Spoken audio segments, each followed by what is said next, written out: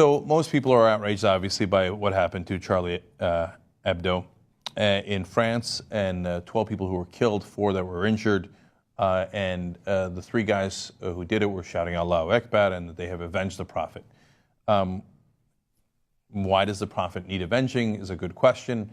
Can't he handle it himself? He's a prophet, right? How about Allah? He can't handle it? He needed you? Okay, well, one particularly loathsome guy named Anjan Choudary decided that he was going to weigh in on this. He's been on Fox and CNN, and he said, here he's a Muslim cleric, apparently a radical one in Britain. He said, Muslims love the Messenger Muhammad more than their parents, children, and even themselves. Why don't people understand? Well, that sounds like a cult, doesn't it? And look, I'm not a believer. I'm not a believer in Christianity, Islam, Judaism. I don't believe any of it. Chosen people is an absolute joke. Guy walks on water, virgin birth. I mean, are you mental? Are you mental? That's what you are, right? I don't believe in any of those fairy tales. I also don't believe Thor has a really strong hammer, or the Zeus throws down lightnings, or comes down every once in a while and has sex with humans. But I mean, do you understand that if you're not a believer, all those myths sound equally crazy, okay? And then sometimes, wow, look at that. Crazy people take those myths and decide to do crazy things with that, okay? But yet we're supposed to respect that. Okay, now, so I've told you already, I'm a non-believer, I'm agnostic, right? If you believe in your religions, I have nothing but eternal damnation facing me. So 2 points about that. One, isn't that enough? So the guys you killed, the cartoonists that you killed for the attackers that I'm talking to here, what can you do to them that Allah couldn't? How small is your Allah that, first of all, while running the universe, he takes great offense at cartoons? He's got to be the most sensitive, supreme being I've ever heard of. I mean, while he's off in whatever galaxy he's in, he said, oh my God, look at what the Danish and the French did with those cartoons. Well, there's nothing I can do about it. I hope some madmen on earth do something. Really? There's a lot he can do about it, right? In the book, don't we all suffer eternal torture? It's not enough for you? You know what it is? Because you don't actually believe. See, that's the great irony of these guys. If they believed that Allah was real, they'd leave it up to him. Like, wow, Allah's got you on lockdown, man. Okay? But they don't believe. They don't believe that anything's going to happen to those guys in the afterlife. That's why they think they have to take action now to defend their sad, pathetic ideology, which is fundamentalist Islam. Secondly, they're always, these fundamentalists that do the most grotesque violence, always so offended. They're like the most sensitive little bitches in the world. They're constantly crying, I'm offended, I'm offended, I'm offended. I'm offended by your murders. I'm offended by your barbarism.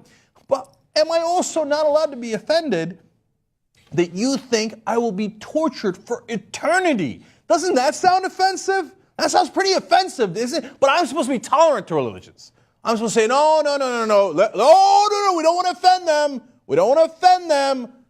They say we will be burned alive for the rest of time after we pass away. But they're the ones offended.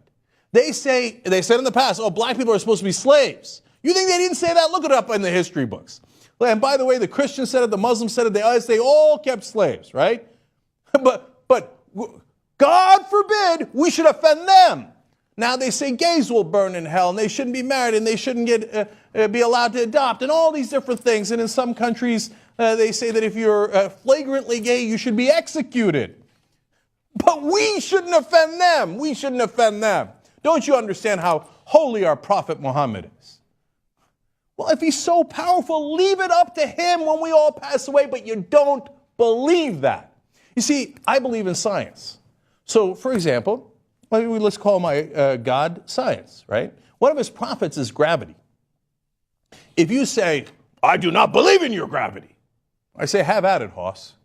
I don't have to go and shoot you. I don't have to be offended by that. See, I'm a true believer. I believe that if you step off the ledge of the building, gravity, my prophet will have consequences for you. You see, I don't have to do anything extra because you're going to fall down and die. I don't have to do anything extra. In fact, I would try to talk you off the ledge. I would try to save your life. Say, no. My prophet and my God is not to be messed with. 2 + 2 actually equals 4. And if you step off that ledge, gravity, believe me, will have consequences for you. I don't have to do anything to protect the honor of gravity or science. You see, you don't believe that there is a God. You don't believe in Allah. You don't believe in Muhammad.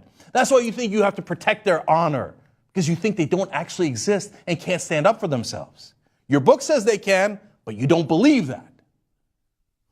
So here's more from this clown, the cleric that I was just talking about. May Allah allow Muslims and non-Muslims live together under divine law, where the honor of citizens and prophets is protected. First, whenever anybody starts talking about honor, run out of the building. Okay? Honor is almost always now followed by some sort of killing. Honor killings in Islam, our guys, we're going to stand up for honor and murder everybody in the area, right? Honor. The honorable thing to do is to kill people because you're offended? That's the honorable thing to do? I think you've totally warped that word, and now it means the exact opposite. You have somehow offended my sensibilities, so because of that, I will murder you because of honor. Screw your honor. Your honor is the most immoral thing on the planet. Finally, this Chudari guy says, freedom of expression does not extend to insulting the prophets of Allah, whatever your views on the events in Paris today. No. My views on the events of Paris today is that freedom of expression absolutely, positively includes insulting your prophet, your God, yourself, and any damn else thing I like to insult. That is the point of freedom of speech.